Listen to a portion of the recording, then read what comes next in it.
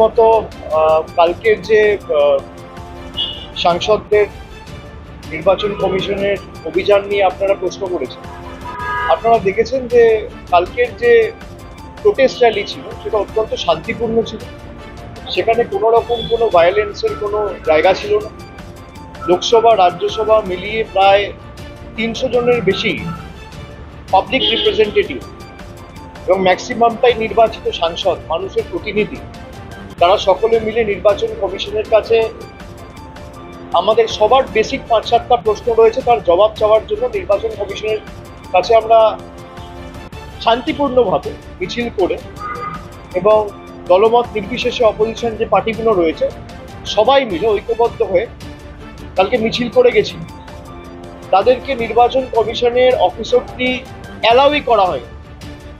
মহিলা সাংসদদের জোর জবরদস্তি চুলের মুঠি ধরে ডিটেন করা হয়েছে।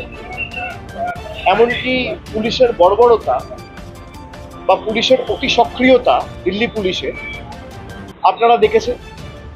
আমরা 100 দিনের কাজের টাকা নিয়ে যখন দিল্লিতে যন্তর মন্তরে বিক্ষোভ সভা করেছিলাম, সেখানেও প্রায় 10,000 পুলিশ দিয়ে মহিলা, বিশেষ করে তপশিলি এবং জনজাতি মূলবাসী যারা এবং SC/ST জনপ্রতিনিধিদের যেভাবে কেন্দ্রীয় সরকারের অধীনে থাকা, স্বরাষ্ট্রমন্ত্রীর অধীনে থাকা দিল্লি পুলিশ নিগৃহীত করেছিল, আমরা সকলে সেটা দেখেছি।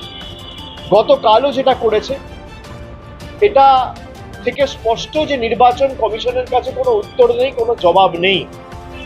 যে 4-5টা বেসিক আমাদের তরফ থেকে প্রশ্ন রাখা হয়েছে, যে এতদিন পরেও 2025-এ আমরা এসে কেন আমাদের ডিজিটাইজড ভোটার লিস্ট দেওয়া হবে না, কেন জোর জবরদস্তি SIR করা হবে, বিশেষ করে অপোজিশন রুল যে স্টেটগুলো রয়েছে যেখানে বিরোধী রাজনৈতিক দলগুলো ক্ষমতায় রয়েছে।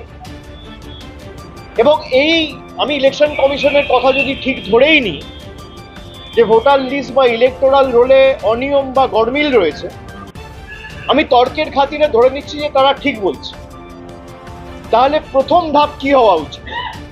যে এই ইলেকটোরাল রোল বা এই ভোটার লিস্টের বেসিসে যারা নির্বাচিত হয়েছে এবং যে সদ্য সমাপ্ত 1 বছর আগেকার লোকসভা নির্বাচন এই ভোটার লিস্টের বেসিসে হয়েছে, এই ভোটার লিস্টের বেসিসে দেশের প্রধানমন্ত্রী নির্বাচিত হয়েছে, এই ভোটার লিস্ট যেখানে ইলেকশন কমিশন বলছে ভুল, অনিয়ম, গরমিল রয়েছে, এই ভোটার লিস্টের বেসিসে দেশে সরকার তৈরি হয়েছে, প্রধানমন্ত্রী থেকে স্বরাষ্ট্রমন্ত্রী থেকে প্রতিরক্ষা মন্ত্রী থেকে সবাই হয়েছে।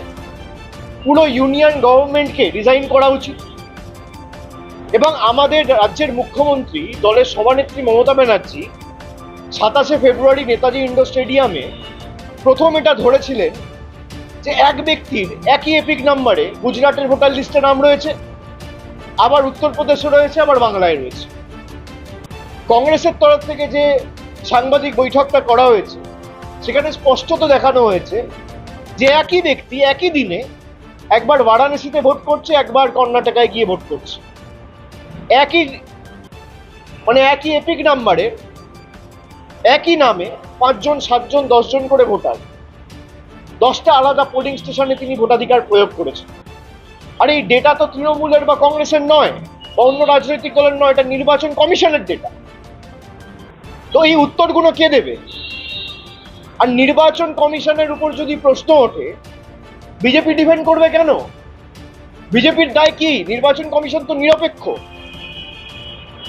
তথাকথিতভাবে যদি তারা এতটাই নিরপেক্ষ থাকে, তারা সব এমপিদের সাথে বসবে। এই এমপিগুলো তো বানের জলে ভেসে আসেনি, নির্বাচন কমিশনার মনোনীত, আমরা নির্বাচিত। আমাদের 20 লাখ, 22 লাখ, 25 লাখ মানুষ ভোট দিয়ে তাদের ভোটাধিকার প্রয়োগ করে আমাদের নির্বাচিত করেছে। আর ইলেকশন কমিশনকে প্রতিনিধি করে সরকার পাঠিয়েছে তাদের হয়ে কাজ করার জন্য। যে কটা প্রতিষ্ঠান আছে সব কটা প্রতিষ্ঠানকে তাদের কৃতদাস এবং কল্পিবাহকে পরিণত করেছে এই পদে। আর বাংলায় SIR হবে, তা তো হবে না। এই ভোটেই তো মহারাষ্ট্রে আপনারা জিতেছে। এই ভোটেই তো হরিয়ানায় জিতেছেন। তাহলে আগে তো এই রাজ্য সরকারগুলোর পদত্যাগ করা উচিত।